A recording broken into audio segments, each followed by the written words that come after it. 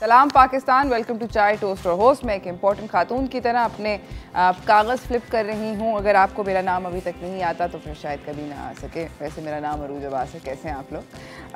But कल क्या मौसम था, ऑसम मौसम, मगर नॉट सो ऑसम मौसम, बिकॉज़ कल वो बहुत सारी किस्म की आंधी शांधी भी आई और वो जो आंधी थी उसने काफ़ी तबाही मचाई।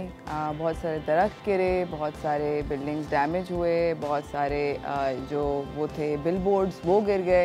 एंड मतलब मदर नेचर ने हमारे साथ काफ़ी सारा खिलवाड़ किया। उसके साथ साथ जो हीट वेव चल रही है जो कि पिछले कल मतलब अपने अरूज पे पहुंची थी, कल और परसों जो कबल गुजरा है, और स्टार्ट हुई थी आई थिंक ईद के दूसरे तीसरे दिन शुरू हो गई थी। बट इट गॉट मतलब वो इंटेंसिटी जो थी उसकी बिल्ड होती चलेगी टू द पॉइंट के मतलब it was officially like really bad. वो हीट वेव कैंप्स बन गए पूरे शहर के अंदर, इधर उधर लोग क्योंकि हीट वेव के प्रिकॉशंस लेने होते हैं। तो ये वाली जो सूरत हाल है ये काफ़ी डेंजरस है। और मैं हीट वेव के भी बारे में आज बात करूँगी, थोड़ा सा ब्रीफली आपसे बात करूँगी।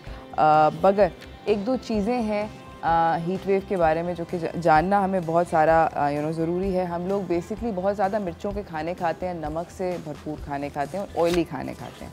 जनरली हमारी क्यूजीन ऐसी ही है, मगर जब गर्मियाँ इस शिद्दत पर होती हैं तो प्लीज़ इन खानों को थोड़ा सा अवॉइड करना चाहिए। इससे एक्सेसिव स्वेटिंग होती है, बहुत ज़्यादा आपका पसीना बहता है, तो आपको ये खानों को अवॉइड करना चाहिए। अपनी डाइट के अंदर आजकल अगर आप लोग नहीं करते, और अगर करते हैं तो बहुत सी बात है, मगर अगर नहीं करते तो डेफ़िनेटली मैं हर किसी को बोलूँगी कि लस्सी, दही के जो भी प्रोडक्ट्स हैं, चाहे वो लस्सी हो, चाहे वो कॉटेज चीज़ की सूरत में हो, आप लोग दही बहुत सारी खाएं। दही आपकी बॉडी को इंटरनली कूल डाउन करती है। थोड़े कपड़े जो हैं वो थोड़े खुले पहने, और ये याद रखें कि अगर आपका सर कवर होता है ना, चाहे वो किसी दुपट्टे से हो, किसी स्कार्फ से हो, किसी टोपी से हो, जनरली अगर आपका सर कवर होता है तो हीट आपको इतना बैडली अफेक्ट नहीं करती। क्योंकि अगर आप मतलब सर्दियों में भी हम लोगों का सर कवर होना चाहिए, बिकॉज सबसे ज़्यादा लॉस ऑफ हीट बॉडी से सर से होता है। मगर गर्मियों में सर को इसलिए कवर करना ज़रूरी है बिकॉज सबसे ज़्यादा एंट्री भी वहीं से होती है, एंड डायरेक्टली डिज़ी हो जाता है इंसान। अपने आप को ओवर एक्सर्ट ना करें उन चीज़ों से, जिस तरह के सुबह 10 बजे से 10-11 बजे से गर्मी की जो शिद्दत है वो बढ़ती चली जाती है। अभी 1 घंटे बाद यहाँ पर डेंजर किस्म की गर्मी होना शुरू हो जाएगी। 10 से 3 बजे तक कोशिश ये करें कि आप अपने आप को ज़्यादा जो फ़िज़िकल एक्सरसाइज है वो ना करें। कुछ नहीं होता जी, बाहर की आपके जो भी गलियाँ वलियाँ हैं वो साफ़ हो जाएंगी, मगर जो भी अपने आउटडोर के काम हैं, अगर आप गार्डनिंग करने, आपने बाहर की सफाई करनी है, या आपने बाहर जाके कुछ भी ऐसा करना है जो कि जिसमें आपकी एग्जर्शन होनी है, वो इस टाइम पर ना करें तो बेहतर है। क्योंकि ऑब्वियसली ये इधर हीट इतनी ज़्यादा है कि बर्दाश्त नहीं होगी। इसी के साथ आप ये कोशिश करें कि वेंटिलेशन वाली जगह, हवादार जगहों में बैठें जहाँ पर हवा है वो गुज़रती है। और द मोस्ट इम्पॉर्टेंट थिंग, सबसे ज़्यादा जो ज़रूरी बात है वो ये है कि अपनी पानी की कंजम्पशन, वाटर कंजम्पशन को बहुत ज़्यादा हाई करें। एक और चीज़ जो होती है हीट वेव के अंदर जिसका बहुत ज़्यादा ख्याल रखना ज़रूरी है वो ये है कि हमारे जिस्म से जो नमकियात होते हैं, सॉल्ट्स जो होते हैं, जो कि बहुत वाइटल होते हैं टू कीप अस स्टेबल, वो लूज़ होते हैं आपके पसीने के साथ। तो अपने आप को सॉल्ट्स के साथ रिहाइड्रेट करना बहुत ज़रूरी है। एक बहुत अच्छी चीज़ है जो कि बहुत सस्ती होती है, हमारे मुल्क में बड़े आराम से मिल जाती है, वो है ORS, ओरल रिहाइड्रेशन सॉल्ट्स जो होते हैं। वो डिफरेंट कंपनीज तरह तरह के बनाती हैं। आप लोग कोशिश करें, उसका जो पैकेट होता है वो बहुत सस्ता होता है। आई थिंक मेरे ख्याल में बहुत ज़्यादा अगर मैं बोल रही हूँ तो 10-12 रुपये का एक पैकेट है जो कि पूरे का पूरा 1 लीटर बना लेता है। 1 लीटर में 4-5 ग्लास होते हैं। अगर आप वो दिन का एक भी मतलब पी लें या आधा पैकेट भी पी लें तो that's enough to sort of stabilize you, unless obviously आप बीमार हैं और आपको डायरिया वगैरह है। तो कोशिश ये करें। और हाँ, लास्टली मेरा रिक्वेस्ट ये है कि बाहर का खाना इस गर्मी की हालत के अंदर ना खाएं। हालांकि मैं शेफ़ हूँ, मैं आपको ये बता रही हूँ कि कोशिश ये करें कि बाहर का जो खाना है और स्पेशली उसकी जो चटनी है, कोई चाट की जगह है, जो चीज़ें पकी हुई नहीं होती उनको तो बिल्कुल अवॉइड करना चाहिए इस खौफनाक गर्मी के अंदर। क्योंकि बाहर आप अपने घर में भी एक्सपेरिमेंट करके देख लीजिएगा, आप ज़रा अपने काउंटर पे किचन के जो कि कवर्ड एक बंद जगह है वहाँ पर भी अगर आप चटनी का एक प्याला रख के जाएंगे और आप थोड़ी देर में आएंगे वो ख़राब हो चुकी होगी, उसमें बुलबुले बन रहे होंगे। आप कोई सालन रखेंगे वो ख़राब हो जाता है। तो खाने बहुत ज़्यादा तेज़ी से रैपिडली गंदे हो रहे हैं। अच्छा जी, जल्दी से आप लोगों को ये भी बता दूं कि सिम्टम्स क्या होते हैं कि आपको हीट स्ट्रोक हो रहा है, जो कि इस हीट वेव के अंदर बहुत सारे लोगों को हुआ है। हेडेक होता है जो कि नहीं जाता। हेडेक जनरली जो होता है, हीट स्ट्रोक का हेडेक बड़ा स्पेसिफिक होता है। मैं 2-3 दफ़ा मुझे हो चुका है तो मैं आपको बता सकती हूँ। वो बेसिकली स्टार्ट करता है यहाँ से, आपके जॉ से, और वो ऐसे करके बिल्ड कर रहा होता है। आपके नेक पे भी पीछे जा रहा होता है, गर्दन की तरफ भी जा रहा होता है, और यहाँ से आपके जबड़े आपको ऐसे लगता है कि सख्त हो रहे हैं, और यहाँ टेम्पल में यहाँ पे बहुत ज़्यादा बैठता है। इसी के साथ आपको चक्कर आते हैं और आपको ऐसे लगता है कि मतली टाइप की फीलिंग होती है, मगर मतलब वो निकल नहीं रही होती उल्टी। आपको पसीना आना ख़त्म हो जाता है और आपके हाथ पाँव जो हैं वियर्डली ठंडे पड़ने लगते हैं। आपकी जो स्किन होती है, जो एक्सट्रीमिटीज़ की नहीं, वो गरम गरम फील करती है। स्पेशली आपका जो नेक का एरिया है वो लाल होने लगता है कुछ लोगों का लाल नहीं होता, बट इट फील्स वो। और उसके साथ नौजिया वॉमिटिंग होती है, मसल वीकनेस होती है, आपकी हार्ट बीट तेज़ हो जाती है, आप सांस कम खींच रहे होते हैं, और कभी कभी कुछ लोगों को डिसोरिएंटेशन होती है, कन्फ्यूजन होती है, यानी कि उनको समझ नहीं आता कि हम कहाँ हैं। ये सब के सब सिम्टम्स हैं हीट स्ट्रोक के। अपने आप को अगेन मैं दोबारा रिपीट कर रही हूँ कि इस गर्मी से बचा के रखें। इसी के साथ हम आज के बजट की तरफ चलते हैं।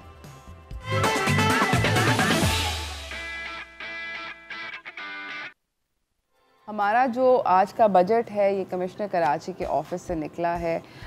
ये बजट है ये कि ये हर रोज़ निकलता है, ये कमिश्नर कराची डिवीज़न के ऑफिस से निकला है। आज की प्राइस लिस्ट के अंदर फलों के अंदर अगर हम बात करते हैं तो केला जो फ़ी दर्जन है वो 128 रुपये किलो है। सेब जो है वो है 138 रुपीज़ किलो। इसी के साथ आड़ू जो है वो 123 रुपीज़ किलो। इसके साथ तरबूज जो है वो है 43 रुपीज़ किलो, और खरबूजा जो है वो है 63 रुपीज़ किलो।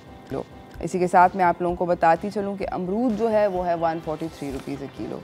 अब आ जाते हैं हम सब्जियों की तरफ। तो सब्जियों के अंदर आलू जो है वो है 33 रुपये किलो।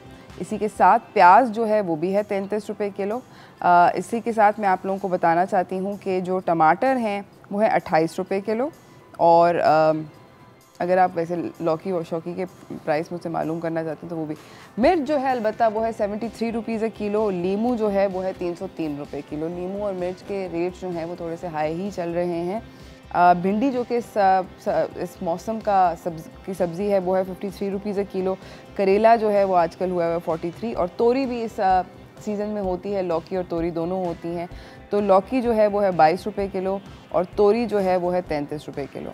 ऑब्वियसली हर सब्ज़ी मैं आपको ये दर्जा अव्वल की बताती हूँ रेट्स, जो कि बेस्ट क्वालिटी की सब्ज़ी होती है, बेस्ट फल होता है, क्योंकि ऑब्वियसली हम लोग कोशिश ये करते हैं कि हम सबसे बेहतरीन लें, मगर फलों के अंदर और सब्जियों के अंदर भी दर्जे होते हैं कि कौन कितना कितना बेहतर होता है। इसी के साथ इस वक्त नाज़रीन हम जा रहे हैं एक छोटी सी ब्रेक की तरफ। ब्रेक से वापस आएंगे, मेरे लिए आप लोगों के लिए एक बहुत अच्छा सरप्राइज़ है। वो ये कि मैं हर रोज़ ये बेसिकली आपको रेट लिस्ट सुनाती हूँ, मगर मैं कभी ये नहीं जान सकती, और मेरी फड्डा होता है फिर अपने सब्ज़ी वाले के साथ, कि मैं गलत जगह पे शायद खड़ी हूँ, क्योंकि ये रेट लिस्ट कभी भी उसके रेट्स के साथ मैच नहीं करती। मगर आज हम जब ब्रेक से वापस आएंगे तो मैं आपको एक रिपोर्टर से मिलवाऊंगी। हमारे एक नुमाइंदा जो हैं वो खड़े हैं बाज़ार में, और हम कराची में सी व्यू पे खड़े हैं, तो हम उनसे बातचीत करेंगे। तो कहीं ना जाइएगा, देखते रहिए चाय टोस्ट और टोस्ट।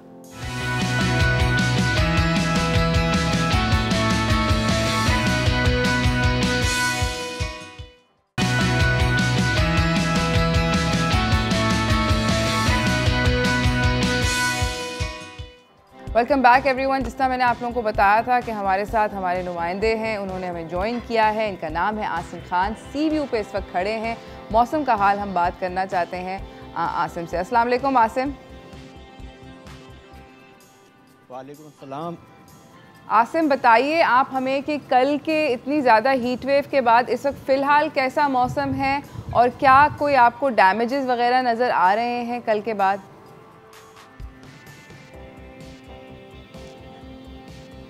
जी, कराची में 3 रोज़ा सख्त गर्मी के बाद आज मौसम जो है कदरे बेहतर है, जबकि आज भी मौसम गर्म रहने की पेशगोई है।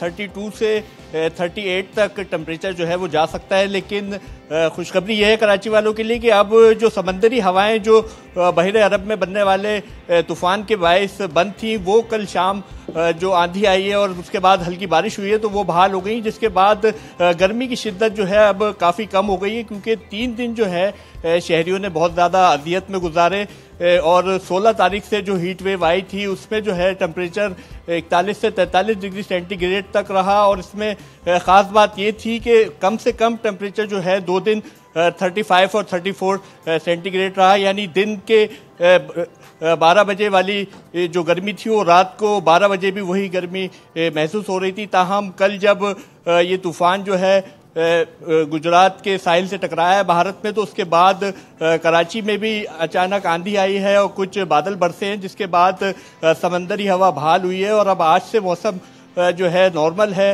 महकमा मौसमियात के मुताबिक, और जो है टेम्परेचर 32 से 34 तक रहने की पेशगोई की गई। अच्छा, ये तो मतलब मौसम 32, 38 हम मतलब आप बिल्कुल सही कह रहे हैं कि बर्दाश्त के काबिल है। मुझे ये बताएं आसिम कि ऐसा है कि ये सी व्यू जो था वो भी बंद किया हुआ था बिकॉज ईद थी एक्सेट्रा एक्सेट्रा, तो क्या अभी सी व्यू खुल गया है?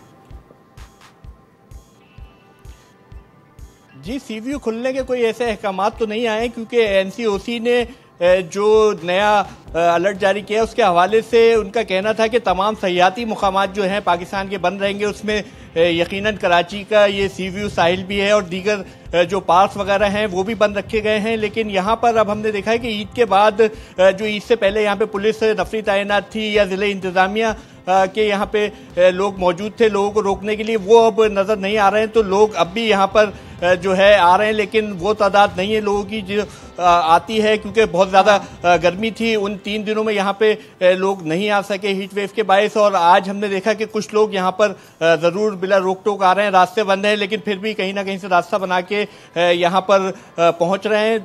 गो की तादाद ज़्यादा नहीं है लेकिन फिर भी आ रहे हैं। उसकी सबसे बड़ी वजह यह है कि इंतज़ामिया कहीं नज़र नहीं आ रही है। जब तक इंतज़ामिया यहाँ पे मौजूद थी कोई यहाँ पर नहीं पहुँच पा रहा था, लेकिन अब जैसे ही इंतज़ामिया गई तो लोगों की आमद का सिलसिला शुरू हो गया और यकीनन अगर यही सूरत हाल रहेगी तो फिर लोगों की बड़ी तादाद भी यहाँ पे पहुँचेगी। बिल्कुल सही है। आसिम, मैं ये भी जानना चाह रही हूँ कि क्या कोई डैमेजेस हुए हैं, बिकॉज बहुत सारी रिपोर्ट्स आई कि दरख्त गिर गए कल आंधी की वजह से, जो कल तेज़ आंधी थी। तो आपको कोई मतलब पता है कि कॉन्क्रीटली कि कोई बिल्डिंग्स जो हैं वो डैमेज हुई या कुछ इस तरह का? नहीं, कोई कराची में जो है कोई ऐसे डैमेजेस नहीं हुए, सिर्फ 2 वाक़यात रोनुमा हुए हैं। एक IIA चंडीगढ़ रोड पर जो है निजी इमारत थी, उस पर कुछ शीट्स लगी हुई थी, वो जो है हवा के बायस गिरी थी, जिससे किसी किस्म का कोई नुकसान नहीं हुआ। और एक जगह पर एक साइन बोर्ड गिरा है, उसके लिए भी ज़िला बस्ती के जो ज़िला इंतज़ामिया है उन्होंने जो है प्रेस रिलीज जारी की है कि वहां पर उस वक्त काम जारी था और वो के दौरान गिरी, आंधी के बायस नहीं गिरी। ताहम इसमें एक शख्स मामूली जख्मी हुआ था, जिसे तिब्बी इमदाद के बाद जो है वो फारिग कर दिया गया। और इसके साथ साथ मैं ये भी बताते चलूं, क्योंकि महकमा मौसमियात ने जो है एक रोज़ पहले ही बता दिया था कि कराची समेत सिंध के साहिली इलाकों को जो है इस तूफान से किसी किस्म का कोई जो है नुकसान का खदशा नहीं है, इसलिए पहले ही इंतजाम तो किए गए थे। लेकिन हमने उसके बाद भी देखा कि कल भी जो आंधी आई है उसकी जो है टाइमिंग इतनी ज़्यादा नहीं थी कि नुकसानात होते। कुछ देर की आंधी थी और उसके बाद बादल बरसे और फिर मौसम जो है वो नॉर्मल हो गया। और अब जो है महकमा मौसमियात के मुताबिक कराची में बारिश का कोई इम्कान नहीं है। ताहम गर्मी जो है इसी तरह से बरकरार रहेगी, समंदरी हवाएं भी बहाल रहेंगी और टेम्परेचर जो है जो रहता है रोज़ाना की बुनियाद पर वो 32 से 38 तक जा सकता है। बारिश का बिल्कुल कोई इम्कान नहीं है, मैं इधर ही फंस गई हूँ। जी हाँ, कराची वालों को बहुत उम्मीद थी। जिस वक्त ये तूफान बना था बहिर अरब में तो उसका रुख कराची की था और जो है ये खदशा जाहिर किया जा रहा था कि तूफान अगर सिंध की साहिली पट्टी की तरफ आता है तो यकीनन कराची में भी जो है बहुत ज़्यादा बारिशें होने की पेशगोई की थी, लेकिन जो है इस तूफान ने रुख अपना पलटा और फिर ये भारत की जानिब जब गया है तो कराची वालों को सिर्फ इसके बदले में जो है गर्मी हीट वेव मिली, बारिश ताहम नहीं मिली। और अब भी यही इत्तलात हैं महकमा मौसमियात की जानिब से कि बारिश के अब कराची में कोई इम्कानात नहीं हो। कल भी जो बादल बरसे हैं वो थंडर स्टॉर्म जो बने थे गर्मी की वजह से, उसकी वजह से हुई थी। ठीक, आसिम जाते जाते मेरा जो आखिरी सवाल है आपसे, बहुत बहुत शुक्रिया वैसे आपका हमें ज्वाइन करने का। मैं बस ये पूछना चाहती हूँ कि पिछले 5-6 दिन से जिस तरह जब से लॉकडाउन लगा है तब से सी व्यू की तरफ लोग नहीं जा सके, क्या आपको ये जो आलूदगी है उसके अंदर थोड़ी सी कमी नज़र आ रही है सी व्यू के ऊपर?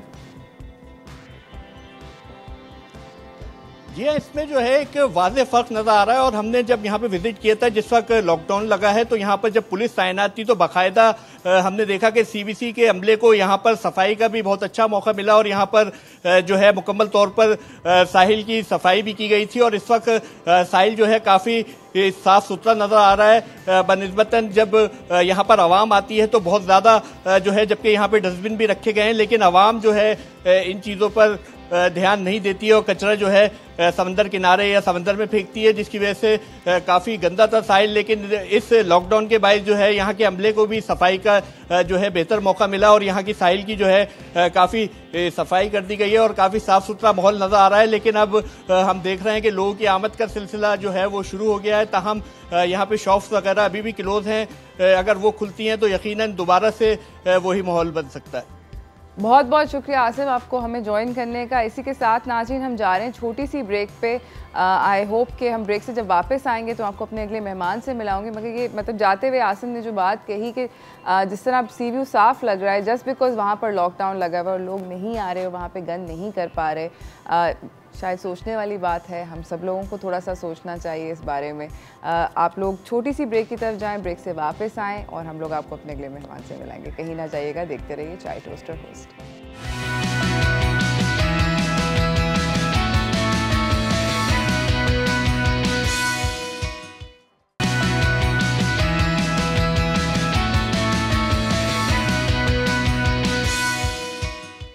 Welcome back everyone. मैंने बहुत तेज़ी से एक अंडा पराठा खाया है, उसके बाद मेरी तबीयत जो है वो काफ़ी खुशगवार हो गई है, मेरा मूड और भी अच्छा हो गया है, क्यों ना हो।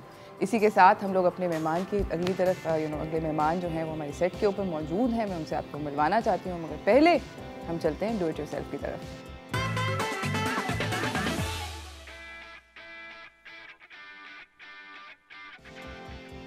मैं लंबा नहीं कर रही थी, प्रॉमिस, दांत साफ कर रही थी बात करते करते। अस्सलाम वालेकुम नादिया, कैसी हैं? वालेकुम अस्सलाम अरूज, आपके क्या हाल है? बिल्कुल सेट। भाई बिलेटेड ईद मुबारक आपको। आपको भी बहुत ज़्यादा। कैसी गुजरी ईद? बहुत बिजी। बहुत बिजी? जी बिल्कुल, बहुत बिजी गुजरी। कुछ जाहिर है वो ऑर्डर्स थे, फिर फैमिली, फिर ये सब, फिर यानी आँख उठाने की भी जो है वो फुर्सत नहीं मिल सकी। बिल्कुल, बट गुड ओवरऑल। यस अल्हम्दुलिल्लाह, कोई ईद इट वाज नाइस। नहीं भाई, मुझे तो कोई ईद ही नहीं मिली, मुझे देनी ज़्यादा पड़ी। Everyone over the age of 25 is saying कि कुछ नहीं मिला इस दफ़ा, मतलब देनी ही पड़ी, लेने का कोई टाइम नहीं। बिल्कुल भी। जब मांगने लगो तो फिर वो ये कहते हैं ना कि यार तुम्हारी तो अब उम्र नहीं है ईदी लेने की, देने की ईदी है, तो वो उल्टा हमसे ही लेके चले जाते हैं। बड़ी बात है जी बिल्कुल, गलत बात है। अच्छा, आज आप हमें क्या बनाना सिखा रही हैं, क्योंकि आप हमें हर दफ़ा बहुत अमेजिंग चीज़ें बनाती हैं, बट इस दफ़ा हम क्या बना रहे हैं? अच्छा, इस दफ़ा हम बड़े मज़े की एक चीज़ कर रहे हैं। हम लोग लावा लैंप बना रहे हैं और इसमें जो है it's kind of an experiment, जिस तरह छोटा सा एक साइंस एक्सपेरिमेंट भी कह सकते हैं इसके, बच्चों के साथ। स्पेशली ये हम बच्चों के लिए ही कर रहे हैं। ओके, तो लावा लैंप्स बहुत पॉपुलर थे back in the 70s I believe, या 70s 80s में बहुत पॉपुलर थे। बिल्कुल। And I remember that I think almost each child, वो है ना जिसके वो ऐसे ऐसे बबल्स जो हैं वो ऊपर नीचे जाते हैं। बिल्कुल वही वाला है ना, सही है, सीन ऑन है। वो ऐसे लगता है कि कुछ विस्कस सा लिक्विड है। बिल्कुल। हमारे सारे ये किचन आइटम्स हैं, ठीक है, और इसके अंदर कोई चीज़ आपको बाहर से ऐसी नहीं है जो परचेज करनी पड़ेगी। सही है। तो इट्स रियली ईजी। बस आपको बच्चों को जिस तरह आप आजकल समर्स हैं, सब कुछ डिस्ट्रैक्ट करना है, बिल्कुल डिस्ट्रैक्ट करना है, खेल नहीं सकते क्योंकि हीट वेव आई हुई है। हीट वेव है, और फिर दूसरा ये कि घर में जाहिर है बच्चे बोर भी होते रहते हैं, तो उनको कुछ ना कुछ करने के लिए एक्टिविटीज़ भी चाहिए। तो ये जो है 3+ एज का है कि यानी आप आराम से उनके साथ ये कर सकते हैं ये वाली एक्टिविटी। इसके अंदर कुछ ऐसा तो नहीं है कि इसके सुपरविजन की बहुत ज़्यादा ज़रूरत नहीं, ऐसा तो कुछ नहीं है। बस ये है कि हमें जब जाहिर है हम इसमें बेकिंग सोडा यूज़ कर रहे हैं और फूड कलर है और ऑयल है। सही है, ठीक है। तो इसमें बस ये है कि हमें जब ये हम सारी चीज़ें मिक्स करेंगे तो हमें इसको कवर नहीं करना है।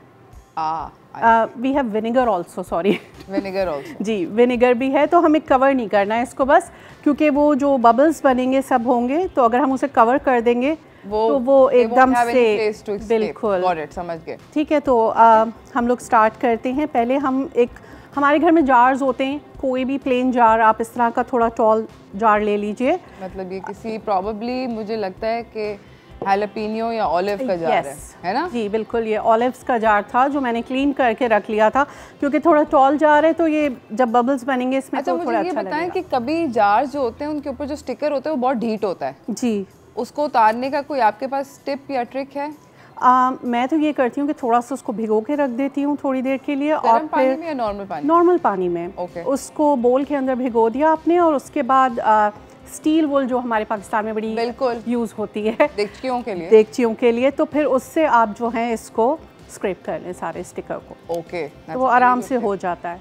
हम नाज़रीन छोटी सी एक ब्रेक पे जा रहे हैं, ब्रेक से वापस आएंगे, नादिया से हम लोग जानेंगे कि किस तरह इस लैम्प को बनाना है। इंग्रेडिएंट्स तो बहुत ज़्यादा इजी लग रहे हैं, उनको इकट्ठा करके लावा लैम्प कैसे बनेगा ये जानेंगे छोटी सी ब्रेक के बाद। कहीं ना जाइएगा।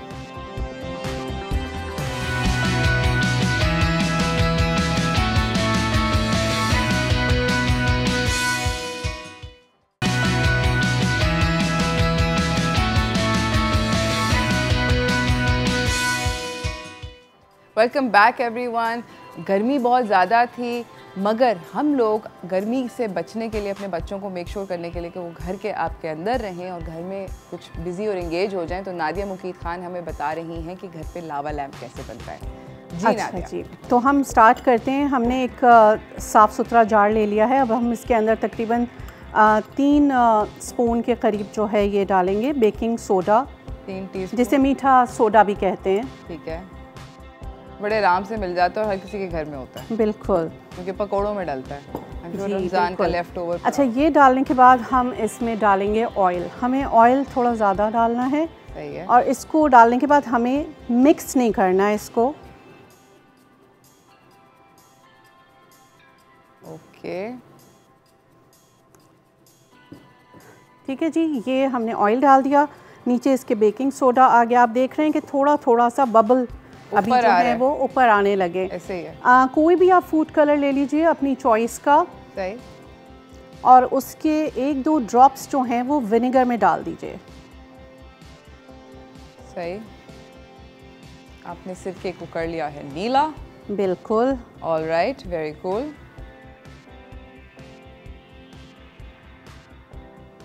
अच्छा, आप लोगों ने जाहिर है जब ये यूज़ करेंगे तो आप लोगों ने ये ख्याल करना है कि कपड़े वगैरह पे आपके कलर्स ना लगे, क्योंकि हो सकता है कि ये उतरे ना। बिल्कुल।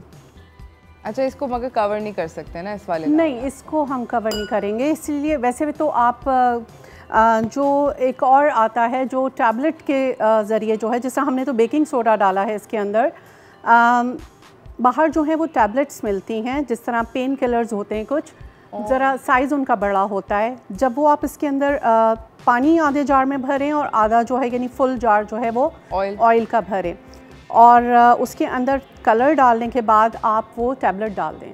तो वो जो बबल्स जो इरप्ट होते हैं, जिस तरह लावा जो है वो उबल रहा है, तो वो इस तरह का आएगा। अमेजिंग। अब हम इसमें जो है ये करेंगे कि सिरका और बेकिंग सोडा जब मिलते हैं तो थोड़ा सा बबल करते हैं। तो लेट्स सी कि हमारा ये किस तरह से होता है।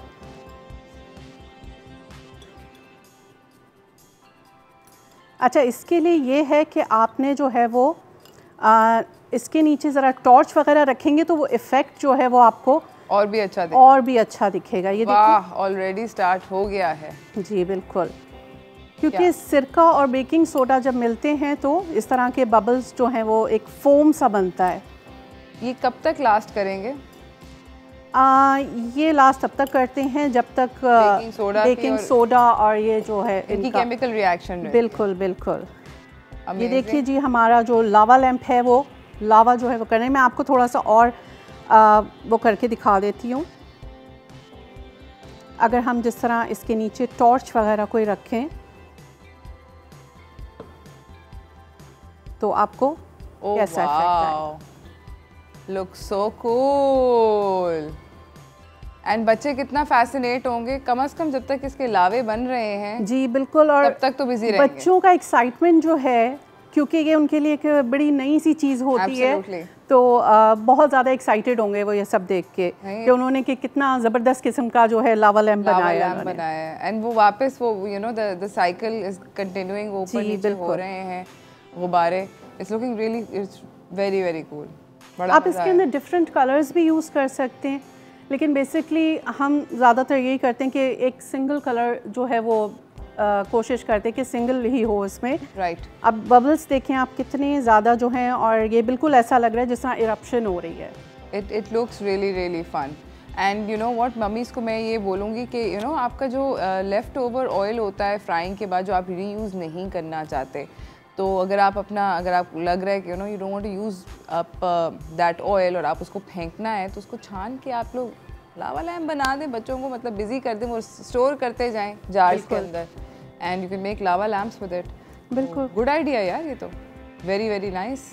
एंड अच्छा नादिया, मुझे ये बताएं कि बहुत सारी इस तरह की ये जो यू नो एक्टिविटीज़ वगैरह चल रही होती हैं बच्चों के लिए, ये वाली तो बहुत सस्ती है, बट बहुत सारी एक्टिविटीज़ के अंदर बहुत सारी ख़वातीन को ये लगता है कि इट्स वेरी एक्सपेंसिव।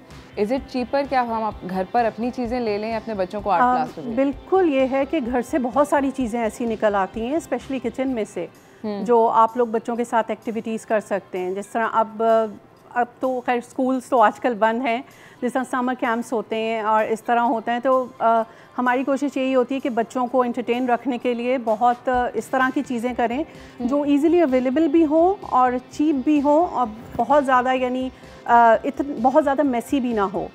ये मुझे सबसे ज़्यादा एक्चुअली ना, मेरा ये होता है कि मैं अगर अब घर पर कोई उससे आर्ट प्रोजेक्ट करवाऊंगी तो मुझे ऐसा लगता है कि मैं 3 दिन तक सफाई करती रहूँगी। उससे बेहतर ही होता है कि उसको किसी समर कैंप या किसी आर्ट क्लास पे भेज दो, जहाँ पे वो जो गन कर आना है वो उधर हो जाए। I don't have to clean up after that. तो मतलब इस तरह का कुछ है? बिल्कुल इस तरह का है। अरूज, ये भी है कि हर किसी के घर में इतना ज़्यादा स्पेस भी नहीं होता कि वो इस तरह की एक्टिविटीज़ करा सके, गंद अफोर्ड कर सकें। लेकिन उसके लिए ये होगा कि आप जिस तरह एक ट्रांसपेरेंट शीट या जिस तरह शीट्स आती हैं वो एक ले लीजिए, सिर्फ आर्ट एक्टिविटीज़ के लिए, दस्तरखान टाइप का जिस तरह होता है, तो वो आप ये कर सकते हैं कि जिस तरह आपने जब बच्चे को एक्टिविटी कराने लगें कोई भी, तो वो बिछा दें, उस पर बच्चे को बिठा के और फिर एक्टिविटीज़ से कराएं, चाहे पानी की एक्टिविटी हो चाहे पेंट की हो। तो उससे ये होगा कि गंद भी नहीं फैलेगा और बच्चे को भी पता होगा कि मुझे इस जगह बैठ के जो है ये काम करना है, हिलना नहीं है। बिल्कुल। अच्छा, मुझे ये बताएं कि अभी ये जो हीट वेव आई थी पिछले 2-3, आज तो थोड़ा बेहतर हुआ है, सिचुएशन बेहतर होती चली जा रही है, बट कल आपके घर में मिट्टी कितनी आई और क्या आपने उसको अभी तक साफ करा है, और अगर कुछ तदाबीर ली थी? हिफाजती तदाबीर तो कोई भी नहीं ली थी, क्योंकि अनएक्सपेक्टेड ये मिट्टी जो है वो आई थी। तो क्योंकि मेरे घर में ये है कि काफ़ी एक बड़ा सा यार्ड है, तो इट्स लाइक ओपन यार्ड, और उसी से सारे कमरे जो हैं वो कनेक्टेड हैं। ओह गॉड। तो हमें कहीं भी गुज़र के जाना होता है तो हम वहीं से गुज़र के जाते हैं। तो आप इमेजिन कर सकती हैं कि क्या यानी हमारी सिचुएशन होगी उस वक्त। लेकिन बहरहाल वो आधा घंटा था इस मुश्किल का, लेकिन वो गुजर गया। All right. हाँ, सफाई करेंगी नादिया, बारीक सी जो मिट्टी है वो हर जगह घुस गई होगी। मेरे घर में भी हर जगह घुसी थी, मगर इतना बैड सीन नहीं था। Good luck with this when you go. Thank you so much. आप जाते जाते कोई मैसेज देना चाहेंगी? बिल्कुल देना चाहूँगी। देखें, आप लोग जो हैं वो कोविड का तो आप लोगों को पता है कि कितना फैला हुआ है। प्लीज़ बी रिस्पॉन्सिबल और ख़याल रखिए अपना, अपने बच्चों का ख्याल रखिए और कोशिश करें कि घर से जैसे ही बाहर निकलें मास्क ज़रूर लगाएं। Thank you so much Nadia, आपका बहुत बहुत आने का शुक्रिया। और इसी के साथ हम लोग नाज़रीन एक ब्रेक की तरफ जा रहे हैं। ब्रेक से वापस आएंगे, डॉक्टर बिल्कीस से आपकी मुलाकात कराएंगे। वो हमें बताएंगी कि गर्मियों से बचने के लिए क्या क्या हम लोग कर सकते हैं, क्या क्या पी सकते हैं, क्या क्या खा सकते हैं। तो कहीं ना जाइएगा, देखते रहिए चाय टोस्ट और होस्ट।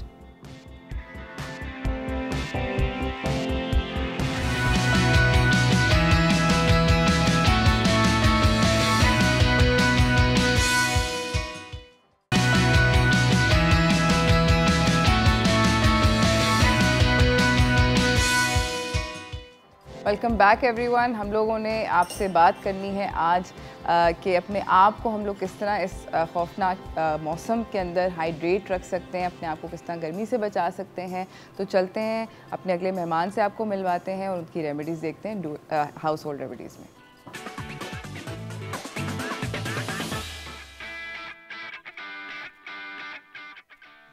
हमारे साथ मौजूद है हमारे सेट के ऊपर the amazing doctor Bilkis with the magic. कैसी हैं? अस्सलाम वालेकुम। अस्सलाम वालेकुम। ईद मुबारक। ईद मुबारक। बिलेटेड ईद मुबारक। कैसी रही? अल्हम्दुलिल्लाह ठीक। अच्छी रही? घर में रही। घर में रही? घर में। बिजी तो नहीं थी इस दफ़ा या बिजी?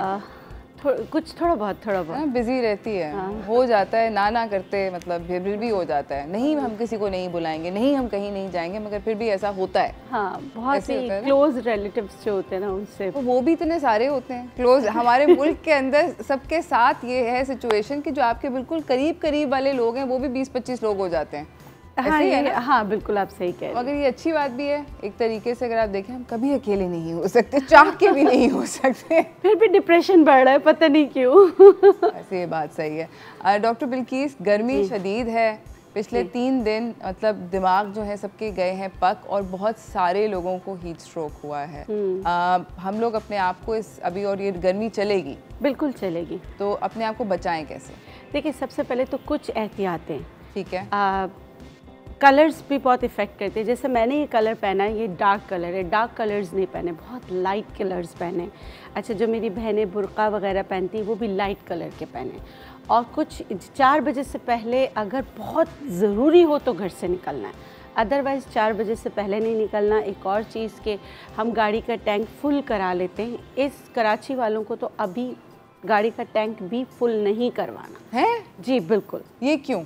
गर्मी अगर बहुत हुई तो अल्लाह ना करे ब्लास्ट होने के चांसेस होते हैं। अच्छा, ये सारी चीज़ें। अच्छा, और दूसरी बात, जब हम शॉपिंग वगैरह पे जाते हैं, अभी तो कोरोना की वजह से बच्चों को लेके नहीं निकल रहे, लेकिन बहुत सारी माएँ ऐसी होती, क्योंकि ये बातें ऐसी हैं कि आप याद रखें। बहुत सारी माएँ ऐसी होती है कि बच्चों को गाड़ी में छोड़कर चली जाती हैं। ये भी नहीं कीजिए। मैंने बहुत ज़्यादा देखा है, शॉपिंग सेंटर्स के बाहर बच्चे जो होते हैं वो गाड़ी में होते हैं और माएँ चली जाती कि हम जाके जल्दी से आ जाएंगे। ये वाली हरकत नहीं कीजिएगा, ख़ास कर इस मौसम में तो करने की ज़रूरत नहीं है। अगर कहीं गाड़ी को पार्क करना है तो आपकी गाड़ी जो है साए में पार्क हो, धूप में पार्क नहीं। ये छोटी छोटी चीज़ें हैं जो आपको बड़ा नुकसान दे सकती हैं, इस वजह से ये बातें बता रही हूँ। दूसरा, आप घर से निकलो तो बर्फ़ की जैसे बॉटल होती है वो लेकर निकले। छोटे छोटे टावल्स होते हैं, उनको आप ठंडा करके निकले सर पे। और ये जगह जो होती है ना, ये जगह ये इम्पॉर्टेंट होती है कि यहाँ पर हो, ठीक है। होने के बाद कुछ भी नहीं हो सकता। जैसे हीट स्ट्रोक हो गया, कोई अगर गिर गया है तो वो ऐसा होता है कि उसके बाद आप उनकी मदद करने की जगह उसको और ज़्यादा नुकसान पहुँचा रहे होते हैं। उसके ऊपर खड़े होके सब कुछ करके ORS बना के घर से निकलें, सिप पिएं, सही है ना। सबसे पहले तो धूप से बचने की कोशिश करें। ये हो गया प्रिवेंशन के आपने ये वाले सेफ्टी मेजर्स लेने ही लेने, ठीक है। कि ORS आपने बना के अपने साथ रखना है, और ये बर्फ़ की बॉटल इस तरह की बना के, और ये वाली जगह सर अपना ठंडा रखना है, ठीक है। ये तो हो गई एहतियातें। और लाइट कलर्स पहने। और ग़िज़ा, खुराक भी बहुत इम्पॉर्टेंट है। अगर आप घर से बड़े का गोश्त खा के निकलें तो वो हज़म ही आपको 8 घंटे में होगा, और वो भी प्रेशर को बढ़ाएगा, तो ये भी ना करें। और नमकियात वैसे तो रिटेन करते हैं, लेकिन बहुत ज़्यादा नमक आपने इस्तेमाल नहीं करना, सही है। और ऐसी ग़िज़ाएँ खाना है और फ्रूट्स वगैरह भी जो है ना बहुत पके हुए नहीं खाने, और बाहर जाके नलकों में पानी भी नहीं, क्योंकि इसमें टाइफाइड भी फैलता है, सही ना, हेपेटाइटिस ए भी फैलता है। तो ये चीज़ें, क्योंकि हम घर से पानी लेके नहीं निकलेंगे तो ऑब्वियस जाके हम कहीं ना कहीं से पानी पियेंगे, तो वो भी आपको नुकसान पहुंचा सकता है। ये सारी चीज़ें हो गई। अब आते हैं कि आप लू से अपने आप को कैसे बचाएं, कौन कौन सी ऐसी चीज़ें हैं जो आपको फ़ायदा दे सकती हैं। सही। सबको पता है आजकल फालसा आया हुआ है, फालसा बहुत अच्छा है, यहाँ नहीं रखा हुआ क्योंकि वो कॉमन है। अच्छा देखें, जो चीज़ें बहुत ज़्यादा आपके घर में मौजूद है ना, जैसे तुख्म बालंगा, ठीक है, आपने इलायची भिगोई और तुख्म बालंगा ब्लेंड की इलायची को और तुख्म बालंगा डाला। छोटी इलायची वैसे बहुत अच्छी, सुबह उठ के अगर जिनको बहुत ज़्यादा गर्मी लगती है एक चबा लिया करें, ठीक है, ठीक है। ये तुख्म बालंगा का। अच्छा, मैं इसमें चीनी वगैरह कुछ ऐड नहीं करी, चाहे तो मिश्री ऐड कर दें, चीनी से अच्छी मिश्री होती है। मिश्री रॉक जो शुगर होती है वो थोड़ी ठंडी होती है, चीनी की तासीर और गुड़ की तासीर जो है वो गर्म होती है, ठीक है। तो आप इसको क्या करें, मिक्स करके ठंडा आप ये पी सकते हैं। एक ये है, सबको पता है आलू बुखारा बहुत अच्छा होता है, बिल्कुल, कि आपने आलू बुखारे रात भर भिगो दिए। अगेन अगर आप इसमें डालना चाहें तो मिश्री डाल दें, या क्योंकि इसकी खटास बहुत तेज़ होती है, इसकी खटास को बैलेंस करने के लिए आप जो है हमारी देसी कच्ची शक्कर जिसे कहते हैं, ये आप ये इसमें ऐड कर सकते हैं। अच्छा, गर्मियों में ये जो देसी कच्ची शक्कर होती है जी, ये पिघल सी जाती है, मेरे पास घर पे जी, पड़ी ये भी जार पिघल के अंदर, हाँ, बिल्कुल पिघल जाती है, पिघल सी जाती है, चिपक सी जाती है। कुछ इसका तरकीब है, इसको फ्रिज में रख दें, फ्रीजर में रख के क्या करें? फ्रीज़र में रखते हैं, फ्रीजर में रख दें, फ्रीज़र में रख दें, क्योंकि वो टेम्परेचर मेंटेन नहीं कर सकती, तो इस हाँ, वजह से गर्मियों में वो हो जाए। और अगर पिघल गई है फॉर इंस्टेंस, अभी मेरे घर पे जार पड़ा, मैं उसके बारे में सोचूं, वो पिघला हुआ जार खा सकते हैं या वो फेंकना अगर एक्सपायरी उसकी लिखी हुई थी तो आप खा सकते हैं, ऐसा कुछ भी। एक्सपायरी थी तो गाँव से आई थी, एक्सपायरी के बगैर नहीं खा सकते, कोई ऐसी बात पिघलने से नहीं, कुछ भी नहीं, कुछ खराब तो नहीं, कुछ ऐसा नहीं। चेक करी थी, एकदम से टेंशन होगी कि घर पे वो जार तो पूरे का पूरा पिघल नहीं वो नहीं। अच्छा, एक और चीज़, सत्तू का शरबत पीना, कि सत्तू जो हम, अच्छा मैं घर में भी बनाना बता देती हूँ, बहुत आसान है, बना हुआ है। आपने क्या करना है, आपने जौ को लेके तवे पे भून लेना है, ठीक है। जौ को तवे पे भुना, फिर आप चाहें तो इसमें इलायची ऐड कर सकते हैं। वैसे अगर आप जौ को भूनकर मिश्री के साथ पीसकर बनाएंगे तो आपका सत्तू बन जाएगा आसानी से। सिर्फ भुना हुआ जौ होता है? जी, भुना हुआ जौ। अच्छा, सही, जौ, और इसमें कुछ लोग चना भी डालते हैं। हाँ, मैं ये हाँ, देखिए बहुत सारी तरकीबें हैं, लेकिन चना भी प्रोटीन है, थोड़ा गर्म होता है। हमने सत्तू पीना किस लिए, ठंडक का एहसास है। तो आपको इतना सब कुछ करने से आप ऐसा करें कि आपने जैसे मिसाल के तौर पे 1 पाव जौ का आटा आपने लिया है, उसको तवे पे भूनते हुए ही ना आप उसमें 1 बड़ा चम्मच सौंफ का डाल दें। सही, 1 बड़ा चम्मच सौंफ का डाल दें। बड़ी इलायची के बीज, 1 बड़ी इलायची के बीज इसमें डाल दें। 3 से 4 छोटी इलायची के बीज डाल दें।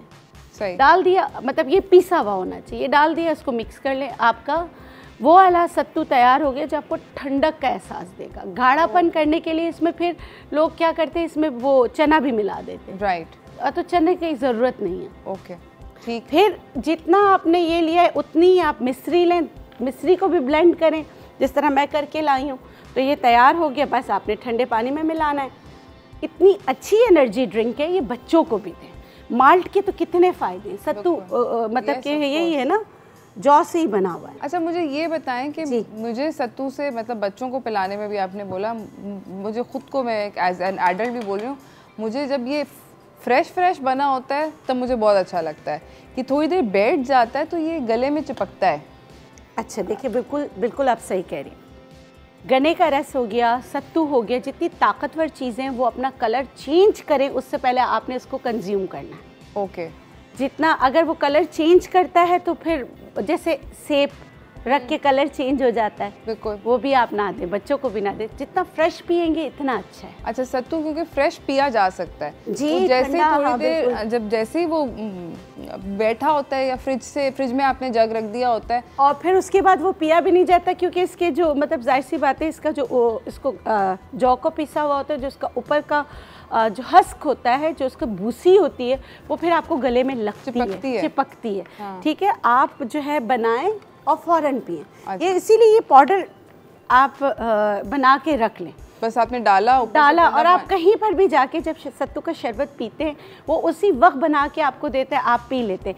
आप घर में भी अगर कहीं से जाते हैं लेने के लिए तो आप पाउडर लेकर आएँ।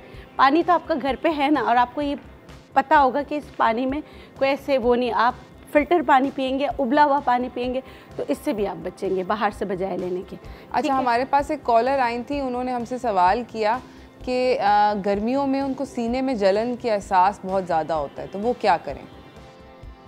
छोटी इलायची के बीज सुबह उठ के ज़रूर खाएं। छोटी इलायची के बीज? जी, छोटी। कितनी छोटी इलायचियाँ? एक, बस एक छोटी इलायची के बीज? एक छोटी इलायची सुबह को और एक और चीज़, कच्ची लस्सी हर जगह पी जाती है। बिल्कुल सही है। तो ये भी जो कह रही है कि इसको गर्मी का एहसास ज़्यादा होता है, तो कच्ची लस्सी जो है बता देती हूँ, उसको बनाने का तरीका ये होता है कि आपने 2 चम्मच दूध लिया, 2 ही चम्मच दही लें और फिर उसको ब्लेंड करें पानी में, तो आपकी कच्ची लस्सी तैयार है। क्योंकि देखिए दही आप मिलाएं, कुछ लोग सिर्फ दूध की बनाते हैं, लेकिन दही में प्री एंड प्रोबायोटिक्स होते हैं, तो वो आपके लिए बहुत ज़्यादा फ़ायदेमंद है। नहीं तो बजाय दूध के आप दही में पानी मिलाकर पिएं, वो ज़्यादा आपको बेनिफिशियल होगा। ठीक है, इसी के साथ नाज़रीन हम एक छोटी सी ब्रेक की तरफ जा रहे हैं। ब्रेक से वापस आएंगे, डॉक्टर बिल्कीस से उनकी अगली रेसिपीज़ भी सीखेंगे। आई होप कि आप लोगों को फ़ायदा हो रहा होगा। कोई सवाल हो डॉक्टर बिल्कीस के लिए तो आप हमें ज़रूर फ़ोन करें। इसी के साथ छोटी सी ब्रेक पर जा रहे हैं, कहीं ना जाइएगा, देखते रहिए।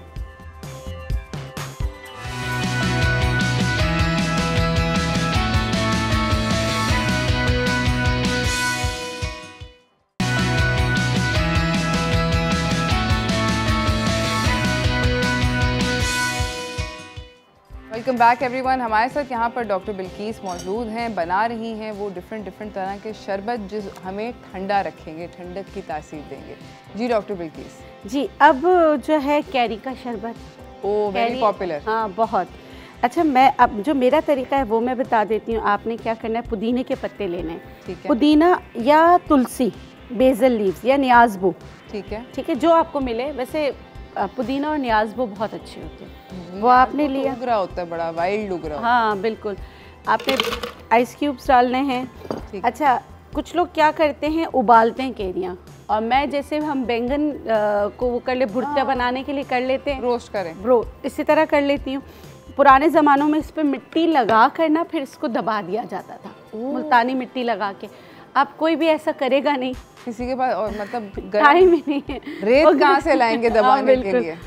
तो फिर इसका हल ये है कि आप इसको जैसे बैंगन का भुर्ता बनाने के लिए हम चूल्हे पे ही जला लेते हैं, आप जला लें, तो फिर करने के बाद इसकी स्किन उतार लें। ठीक है, सही है। स्किन उतारने के बाद आप इसको जो है बर्फ़ आपने इसमें डालना है, शक्कर डालना हो शक्कर डालिएगा, चीनी डालना हो चीनी डालिएगा, पुदीना डालें, और बहुत ज़्यादा चीज़ें डालने की ज़रूरत नहीं है। अच्छा, इसको भूनते वैसे क्यों है ये, मतलब कच्ची क्यों नहीं रहने देते? ताकि मेरे हिसाब से जो इसका रस होता है ना वो ज़्यादा नरम होके ऊपर आ जाता है, अच्छा सा हो जाता है, और जो एक इसकी तुलसी होती है ना, खटास जो गले में लगती है, वो साइड इफ़ेक्ट ख़त्म हो जाते हैं। सही। मैं एक कप बना रही हूँ तो उसके लिए आधी कैरी काफ़ी होगी, तो मैं उतना ही कर रही हूँ। आप लोग जितना बनाएं उसी हिसाब से बना लीजिएगा, ठीक है ना। कॉलर भी हैं, याया साहब, अस्सलाम वालेकुम। वालेकुम सलाम, खूबसूरत लड़की, कैसी हो? अल्हम्दुलिल्लाह ठीक ठाक। ईद मुबारक। ईद मुबारक। बहुत दिनों से बात हो रही है आपके बिल्किस बाजी को भी सलाम हो। बात ये है कि देखें, वाकई इतने प्यारे प्यारे मशरूब ज़बरदस्त बन रहे हैं, रियली इंस्पायरिंग, बहुत ज़रूरत है वक्त की है। मुझे इनसे ये सवाल करना है उरूज कि देखिए, जैसे हम लोग इंस्टेंट कोई चीज़ ऐसी बनाएं बगैर ग्राइंडिंग मशीन के, बगैर जूसर के, अगर कोई ऐसी चीज़ हो, जैसे मैं गर्मी में निकल रहा हूँ, फौरी तौर पर हम लोग जैसे बाहर काम कर रहे होते हैं, तो ऐसी कोई चीज़ बता दें जो फौरी तौर पे नींबू का या किसी चीज़ का बता दें कि हम फौरी तौर पे उसको बना के इंस्टेंटली यूज़ कर लें। थैंक यू सो मच आया साहब। फौरी वाली रेसिपीज तो अभी बनाई थी डॉक्टर बिल्कीस ने। नहीं, मैं बता देती हूँ, दोबारा बता। साशे मिल जाते हैं ORS के, खोलें, पानी में डालें, बन जाएगा, इंस्टेंट है। और ये भी इंस्टेंट है, ये तो मलंगा, ये बस। अच्छा, बहुत सारे लोग इसमें बहुत सारी चीज़ें डालते हैं, मैं नहीं डालती। तो कुछ लोग इसमें ना इलायची भी डाल देते हैं, कुछ लोग इसमें और चीज़ें ऐड करते हैं। मैं ज़रा सिंपल सा बनाती हूँ, और इसकी तासीर भी ठंडी होती है, ये लू लगने से बचाता है। ठीक है। अच्छा, अब अगर इसमें वो डालना हो आपने, मिसाल के तौर पे चीनी या मिश्री डालनी हो तो आप डाल सकते हैं। ठीक है, ठीक है, वो तो फ्लेवरिंग है ना, मतलब हाँ। मिठास आपने कम या ज़्यादा हाँ, करना अपनी अपनी मर्जी से कर लें जी, लेकिन तो ये बड़ा अच्छा होता है। सही। अच्छा, एक चीज़ जो बहुत पुराने वक्तों से हर जगह लू गर्मी से बचने के लिए, वाटर को रिटेन करने के लिए बॉडी में होता है क्या है कि जाहिर सी बात है बहुत ज़्यादा पसीना आ जाता है, जिसकी वजह से लोग जो है फेंट भी हो जाते हैं, गिर जाते हैं हद से ज़्यादा पसीना आने से। तो ऐसी एक चीज़ है जो पसीने की ज़्यादती को रोकता है। हाँ, अलबत्ता कुछ लोग ये कहेंगे कि आप जो बता रही हैं ब्लड प्रेशर वालों का क्या होगा। हाई ब्लड प्रेशर वालों को तो वैसे ही गर्मी में जाना नहीं चाहिए, सही है, लेकिन जी जितना मैं बता रही हूँ, मुलैठी पान में भी डाल के खाते हैं, बहुत सारी चीज़ों में डाल के खाते हैं, तो जो अगर आपको लगे कि हाई ब्लड प्रेशर है, आप नहीं कंज्यूम करना चाहें तो ना करें, लेकिन करना कितना है वो मैं बता देती हूँ। सिर्फ 1 टीस्पून और 1.5 लीटर पानी में। ठीक है, पूरे जग में 1 टीस्पून। 1 टीस्पून पूरे जग में आप मिला लें। ये वही होती है चीज़ जो कि गले में लगाते जी, हैं जी, जब कॉफ होती है। जी, कॉफ होती है, मुलैठी है, बहुत सारी अद्वियात में इस्तेमाल होती है, बहुत सारी चीज़ों में इस्तेमाल होती है। और ये क्या करता है, पूरा जितने भी गर्म ममालिक है सब में मटकों में जो है सिर्फ मुलैठी डाल दी जाती है, और वो वाला पानी पूरा दिन पीते हैं। तो इसका काम है कि वाटर को रिटेन करता है। जब वाटर रिटेन होगा तो आपको गर्मी का एहसास इतना नहीं होगा, इतनी स्वेटिंग नहीं होगी। वो लोग जिनको बेतहाशा पसीना आता हो, और देखिए पसीना, मेरे मजदूर भाई, सबको तो हाई ब्लड प्रेशर नहीं होता है, ऐसे लोग जो धूप में काम करते उनके लिए बेहतरीन मशरूब सिर्फ मुलैठी का पानी है। इसमें कोई चीनी कुछ नहीं, मुलैठी खुद थोड़ी सी मीठी होती है। बस इसको आप ज़रा ठंडे पानी में बनाएं और सिप सिप पूरा दिन पीते रहें। मतलब पानी की जगह इसको पी सकते? पानी की जगह इसको पीना। मतलब आप बेसिकली 1 टीस्पून डाल रहे हैं हर 1.5 लीटर में। 1.5 लीटर में आप जिस तरह पानी पीते हैं आप बस जी 1.5 लीटर में डालें। 2 लीटर में 1 टीस्पून डालें। हल होने वाली मुलैठी पूरी हल हो जाएगी, बाकी नीचे बैठ जाएगी। आप वो वाला मुलैठी वाला पानी पिएं तो उससे क्या होगा कि वाटर रिटेन रहेगा। वाटर रिटेन रहने की वजह से जो आपके इलेक्ट्रोलाइट्स बैलेंस रहेंगे, उससे जो है ना आपको गर्मी का एहसास और बहुत ज़्यादा पसीना आता हो तो उससे बचेंगे। क्योंकि पसीने की ज़्यादती भी बहुत सारे मतलब कि एकदम फेंट हो जाता है, इलेक्ट्रोलाइट्स आपके जो डिसबैलेंस होता है तो चक्कर आते हैं, गिर जाते हैं, बहुत सारी चीज़ें होती हैं। है तो इसकी मकदार बहुत कम, लेकिन फिर भी एहतियात बताना ज़रूरी है। जो हाई ब्लड प्रेशर के मरीज़ हैं अपनी अद्वियात ले रहे हैं तो ठीक है, नहीं तो फिर आप ये वाला नहीं, दूसरे सारे मशरूबात आपके लिए। बिल्कुल ठीक है, amazing. Thank you so much doctor Bilkis, आपने इतनी सारी हेल्पफुल चीज़ें बताई हैं। अगर आप जाते जाते कोई मैसेज देना चाहें व्यूअर्स के लिए? मैं तो एक मैसेज है कि ऐसे मौसम में प्लीज़ गैर ज़रूरी तौर पर घरों से ना निकलें। सबसे अच्छा मैसेज आज के लिए यही है कि गैर ज़रूरी ना निकले। गैर ज़रूरी ना निकले कि भाई दोस्त से मिल के आ जाऊँ, यहाँ चले जाऊँ, ज़रा मैं ये लेकर आ जाऊँ। जान है तो जहान है, आप रहेंगे तो आप फिर जा सकेंगे। वैसे भी एहतियात कीजिए, है तो हम जिस दौर में रह रहे बड़ा मुश्किल है, कोविड है। अपना ख्याल रखें, अपने साथ दूसरों का भी ख्याल रखें। Thank you so much doctor Bilkis, आपका आने का और इतनी सारी अमेजिंग चीज़ें बताने का। मुलेठी आई एम श्योर कि किसी को नहीं पता थी। ये एक ऐसी चीज़ है जो कि हम में से किसी को नहीं पता थी। आई होप कि हम सब लोग ये चीज़ें कर सकें। इसी के साथ नाज़रीन हम एक छोटी सी ब्रेक पे जा रहे हैं। ब्रेक से वापस आएंगे, आपको अपने अगले मेहमान से मिलाएंगे, थोड़ी सी और बातचीत करेंगे मौसम के बारे में, क्योंकि मौसम ने मुझे पर्सनली बहुत टेंशन दी हुई है। तो कहीं ना जाइएगा, देखते रहिए चाय टोस्ट और होस्ट।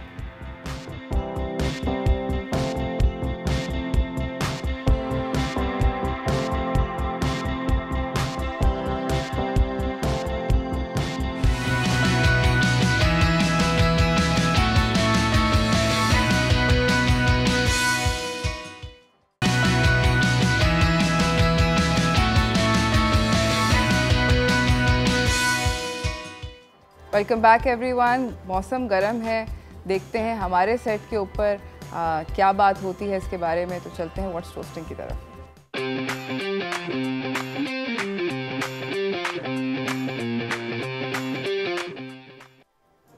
हमारे साथ हमारे अगले मेहमान यहाँ पे मौजूद हैं। जवाद मेमन हैं, वेदर एनालिस्ट हैं। इनसे हम जानना चाहते हैं कि हमें कोई अच्छी खबर सुना दे। अस्सलाम वालेकुम। वालेकुम अस्सलाम। कैसे हैं आप जवाद? शुक्र अल्हम्दुलिल्लाह। जवाद मुझे बताएं, कोई अच्छी खबर है?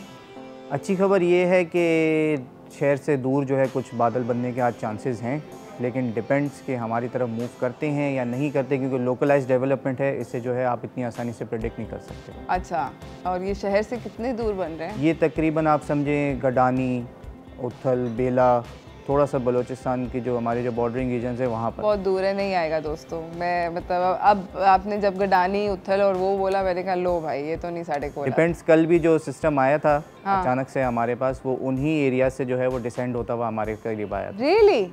ऐसे जो 5 सेकंड की बारिश थी वो उधर से आई थी? वो वहाँ से आई थी, वो जो बादल थे वहीं से बनते बनते बनते जो है वो कराची को उन्होंने हिट किया था। और आज भी चांसेस हैं, लेकिन अगेन हिट और मिस वाले हैं, लेकिन कल के मुकाबले में आज जो है वो चांसेस काफ़ी कम है। अच्छा जवाद, मुझे ये बताएं कि ये जो अभी हीट वेव गुजरी, क्या इसका पार्ट 2 ट्रेलर दोबारा आएगा? देखिए डिपेंड्स, आ सकता है। और ये अमूमन जब मॉनसून सीज़न, ये जो समर सीज़न हमारा स्टार्ट होता है, उसमें अमूमन ये होता है कि अरेबियन सी में कोई सर्कुलेशन आती है। जैसे इस केस में तो है एक प्रॉपर एक समुद्री तूफ़ान था जिसकी वजह से हमने ये इफेक्ट्स देखे। ठीक है। तो वो काफ़ी दिनों से जो है, तकरीबन 3-4 दिन हो गया, चौथा पाँचवां दिन है कि हम इस तरीके का मौसम जो है वो कर रहे हैं। तो मानसून सीज़न में भी यही होता है अमूमन कि कोई लो प्रेशर सिस्टम, कोई स्ट्रॉन्ग सिस्टम आता है तो वो समुद्री हवाओं को जो है वो इफ़ेक्ट करना शुरू करता है। लेकिन उसमें यह है कि उसका टाइम पीरियड काफ़ी कम होता है, 1 से 2 दिन हार्डली जो है, उसके बाद जो है वो आगे बढ़ बारिश जो है वो आ जाती हैं। हमारे पास कराची में मैं कंफ्यूज होती हूँ कि कराची का वेदर बहुत कंफ्यूजिंग है, स्पेशली मतलब अगर लोकलाइज बात करें, यहाँ पे बहुत ह्यूमिडिटी भी है मगर उसके साथ साथ एकदम से फिर बहुत ड्राई एरिड किस्म का भी हो जाता है। ये क्यों होता है? देखिए बेसिकली होता ये है कि कोस्टल रीजन है, कोस्टल सिटी है, तो ह्यूमिडिटी तो हमारे पास रहती ही रहती है। इसकी वजह ये है कि सी ब्रीज़ मैं हमेशा ये कहता हूँ कि हमारी लाइफ लाइन है, समुद्री हवाएं जो हैं वो हमारी लाइफ लाइन है। अगर ये ना हो तो हमें, आपने देख लिया कि पिछले 3-4 दिन से कराची वालों की क्या हालत है। हम लोग इस चीज़ के आदी नहीं हैं, हम लोग ये ह्यूमिडिटी और इस तरीके की नॉर्मल गर्मी के जो है वो आदी हैं। हमारे घरों की जो हिसाब किताब भी होते हैं वो भी इसी तरीके से होते हैं, ज़्यादातर वेस्ट ओपन जैसे हमारे यहाँ ज़्यादा वो। तो अब ये होता ये है कि जैसे सी ब्रीज़ रुकी और अपोजिट साइड से जो है वो विंड डायरेक्शन हुई, तो ये रेगिस्तान की जो गर्म हवाएं होती हैं, जिस तरह आप इंटीरियर सिंध में चले जाएं, थर में चले जाएं, तो वहाँ ये एक्चुअली इस तरीके का मौसम होता है कि गर्मी होती है शदीद और मट्टी वाली हवाएं होती हैं, क्योंकि रेगिस्तानी इलाका होता है। वो हवाएं हमारे पास यहाँ तक आईं, ह्यूमिडिटी का जो फैक्टर था वो अचानक ड्रॉप हुआ, काफ़ी तेज़ी से ड्रॉप हुआ। मतलब हम आदी हैं 50%, 60%, बल्कि सी फेसिंग एरियाज़ में तो अमूमन जहाँ हम लोग रहते हैं 70-80% तक भी चली जाती है इस सीज़न में, तो हम लोग इस चीज़ के आती हैं। अब जहाँ वो 15, 16, 10% पे आती है तो गले में खिंचकेच, नज़ला, ये परेशानियाँ, आँखों का जलना, ये सारी चीज़ें जो है हमें इस तरीके से शुरू हो जाती हैं। अच्छा मुझे ये बताएं कि इस साल हम लोग मानसून सीज़न किस टाइम पर पाकिस्तान में एक्सपेक्ट करें? देखिए मानसून सीज़न जो है वो इस नॉर्मली तो अपने टाइम पर ही आता है। जो इसका ऑफिशियल जो टाइम है वो 15 जुलाई से लेके 15 सितंबर तक रहता है। पिछले साल जल्दी आ गया था। पिछले साल जल्दी आ गया था। इस दफ़ा जो कुछ अर्ली एनालिसिस हैं वो भी यही बता रहे हैं कि जून के एंडिंग के दिनों में या जुलाई के बिल्कुल स्टार्ट में जो है कुछ प्री मानसून एक्टिविटी हम अच्छी देख सकते हैं। लेकिन डिपेंड्स, ये अभी बिल्कुल अर्ली एनालिसिस हैं। नेक्स्ट मंथ जब जून स्टार्ट होगा तो जून के 2nd वीक तक जो है काफ़ी हद तक चीज़ें मज़ीद क्लियर हो जाएंगी। और जो प्रेसिपिटेशन थी पिछले साल, जितनी बारिश गई, कहा था कि रिकॉर्ड ब्रेकिंग है वगैरह वगैरह, इस साल का इस तरह का सीन है? देखिए इस साल भी जो है वो सीज़न काफ़ी बेहतर नज़र आ रहा है, काफ़ी हद तक नॉर्मल नज़र आ रहा है। आप कह सकते हैं कि 95% टू 115% तक जो है वो normal to slightly above normal आप कह सकते हैं। कंपेयरिंग लास्ट ईयर हो सकता है कुछ इतने एक्सट्रीम इवेंट्स ना हो पाए, क्योंकि लास्ट ईयर तो जो है वो इंतहाई अबव नॉर्मल चले गए थे। हम स्पेशली जो 27 अगस्त को जो है हमारे यहाँ जो बारिश हुई वो तो कराची वाले शायद ही कभी भूल पाएँ, जो एक दिन में हमने पूरे ही सीज़न की जो एक बारिश देख ली। तो कंपेयरिंग लास्ट ईयर कुछ हद तक कम होगा, लेकिन ओवरऑल जो है अब तक अगेंस्ट अर्ली एनालिसिस है, सीज़न अच्छा नज़र आ रहा है। अच्छा, बिकॉज अगेन आपने एक बड़ी मतलब वजह बात बोली कि हम लोग एक्चुअली, हमारा इंफ्रास्ट्रक्चर जो है वो प्रिपेयर्ड नहीं है, हम लोग खुद पर्सनली प्रिपेयर्ड नहीं है for that kind of eventuality, उस तरह की कैटास्ट्रफी की हद तक की बारिश से। तो आप कह रहे हैं कि अभी हमें जून के दरमियान तक पता चलेगा, उससे पहले नहीं? अर्ली एनालिसिस देखिए यही है, लेकिन जो एक्चुअल जो प्रॉपर जो एक फोरकास्ट होती है उसमें जितना आपका टाइम ड्यूरेशन कम होता है वो उतनी उसकी प्रोबेबिलिटी जो है वो ज़्यादा हो जाती है। तो इंशाल्लाह जून के अर्ली डेज़ में जो है हमें पता चल जाएगा कि आगे आने वाला सीज़न किस तरीके से नज़र आ रहा है। लेकिन ओवरऑल जो विंड पैटर्न, जो ग्लोबल पैटर्न्स जो इस वक्त फॉलो कर रहे हैं, उसमें इंशाल्लाह उम्मीद यही है कि सीज़न जो है वो काफ़ी बेहतर रहेगी। अच्छा, ये जो डस्ट स्टॉर्म्स हो रही हैं और ये बारीक सी मिट्टी जो उड़ रही है और घरों के अंदर सबको टॉर्चर कर रही है, ये डस्ट स्टॉर्म्स का सिलसिला इन कराची एंड देन ऑल्सो मैं आपसे पूछना चाहती हूँ बिकॉज सिमिलरली पंजाब की साइड पर भी डस्ट स्टॉर्म्स आ रहे हैं, ये क्या साइक्लोन की वजह से थे? देखिए साइक्लोन की वजह से तो नहीं थे, पंजाब की साइड तो एटलीस्ट। ओके। कल जो हमारे यहाँ जो इवेंट हुआ उसमें साइक्लोन का कुछ हद तक जो है इन्फ्लुएंस ज़रूर था। उसकी वजह ये कि जो भी साइक्लोन हमारे काफ़ी करीब से गुजर रहा है तो हवा में मॉइस्चर बहुत ज़्यादा होता है। एक बात जो मेन बात है, किसी भी बादल को बनने के लिए जो बेसिक उसके जो इंग्रेडिएंट होता है वो आपको मॉइस्चर चाहिए, नमी चाहिए। उसके बाद इंटेंस हीट थी, पिछले 2-3 दिनों से हमने देखा कि 43.5 ऑफिशियली गया, कुछ इलाकों में 44-45 डिग्री तक भी टेम्परेचर चला गया। तो वो जो इंटेंस हीट होती है वो उसको वेपराइज करती है। फिर बलूचिस्तान रीजन की तरफ से जो है थोड़ा सा वेस्टर्न इन्फ्लुएंस भी आ रहा था, वहाँ पर एक वेस्टर्न डिस्टर्बेंस मौजूद था, तो वहाँ से थोड़ा सा वेस्टर्न डिस्टर्बेंस आया, तो ये सब चीज़ों का एक इंग्रेडिएंट जो है वो बना। और इसके ज़रिए असर जो बेसिक जो रीज़न था इन डस्ट स्टॉर्म्स का वो इंटेंस हीट था। हीट जितनी ज़्यादा होती है वो डस्ट स्टॉर्म्स जो है वो इतनी ज़्यादा जो है वो एक्सप्लोसिव उसके ऊपर आते हैं और फिर जो है वो शहर की तरफ मूव कर गया। अच्छा, और पंजाब की साइड पर जो डस्ट स्टॉर्म्स हैं वो कब तक लास्ट करेंगे? देखिए वो भी बैक टू बैक आते रहेंगे अगेन, क्योंकि जो बेसिक डस्ट स्टॉर्म का जो इंग्रेडिएंट होता है वो होती है इंटेंस हीट। सही। जितनी ज़्यादा हीट होती है किसी भी सिस्टम आने से पहले वो उतनी तेज़ी से जो है वर्टिकल डेवलपमेंट्स होती हैं, और जब वर्टिकल डेवलपमेंट्स होती हैं बादलों की तो डस्ट स्टॉर्म जो है वो काफ़ी हद तक उसमें चांसेस होते हैं कि आएंगे। सारे के सारे पाकिस्तानी अपने दिल से मतलब वो कर लें और हम लोग चिल करके बैठें, क्योंकि डस्ट स्टॉर्म्स तो आ रही हैं कम से कम 15 जुलाई तक। डस्ट स्टॉर्म्स देखें ये किसी भी सिस्टम के आने से पहले जो है ना ये होता है, कुछ ऐसे फ्रंटल रीजन्स बन जाते हैं बादलों के, जो जब एक बादल बनता है, कोई एक थंडर सेल बनता है तो उसके इर्द गिर्द जो है वो फ्रंटल रीजन्स बन जाते हैं जिसके अंदर डस्ट स्टॉर्म लाजमी आते हैं, क्योंकि प्रेशर जो है टेम्परेचर बहुत तेज़ी से ऊपर नीचे हो रहा होता है। अपर लेवल पे जो है वो कूलिंग होती है, लोअर लेवल पे इंटेंस हीट होती है, तो जो टेम्परेचर ग्रेडियंट्स आते हैं इसकी वजह से जो है वो हवा काफ़ी तेज़ी से रिएक्ट करती है और अल्टीमेटली वो डस्ट स्टॉर्म लेके आती है अपने साथ। ओके। मुझे बताएं कि दोबारा ये जो बारिशों का सिलसिला है, बिकॉज़ अभी ईद के ऊपर पंजाब की साइड पर बारिश हुई थी, उनके यहाँ कोई मतलब लोअर पंजाब में, अपर पंजाब वाले तो मतलब आप लोग खुश रहे हैं, आप लोग होती है वहाँ पे बारिश, हम लोग जेलस होते हैं, बट लोअर पंजाब के अंदर Lahore, Multan, you know the lower Punjab area, Bahawalpur वगैरह, यहाँ पर कोई बारिशों का भी है? देखिए अभी ये सिस्टम जो है वो अनकरीब नहीं, लेकिन ये है कि 3-4 दिन बाद, 5 दिन बाद जो है कुछ छोटा मोटा सिस्टम आ सकता है, क्योंकि अब जो वेस्टर्न इन्फ्लुएंस जो था ईद पे जैसे आपने बात करी, तो ये अब तक जो है जितने भी जो है ये वेस्टर्न डिस्टर्बेंस आते थे जो हमारे यहाँ सर्दियों से स्टार्ट होते हैं लेट नवंबर से दिसंबर तक, लेकिन अब क्योंकि हम ट्रांजिशन पीरियड में हैं, मानसून जो है वो करीब आता चला जा रहा है, तो इनकी भी जो है वो फ्रीक्वेंसी थोड़ी सी कम हो जाती है, डाउन हो जाती है, तो इस वजह से अब थोड़ा सा गैप्स जो हैं इन एरियाज़ में ज़्यादा आने शुरू हो जाएंगे। हीट बढ़ेगी, जो अमूमन आपको पता है कि ये जून जुलाई में जो है पंजाब में जो है वो हीट काफ़ी बढ़ती है, हमारा आम पकने का जो सीज़न होता है।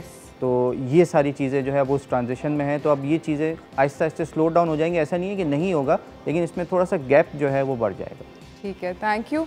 हम लोग जा रहे हैं छोटी सी ब्रेक की तरफ, ब्रेक से वापस आएंगे, जवाब से बातचीत को जारी रखेंगे। अगर आपके भी कोई सवाल है मौसम से रिलेटेड तो ज़रूर कॉल करके पूछिएगा, कहीं ना जाइएगा, देखते रहिए चाय टोस्ट होस्ट।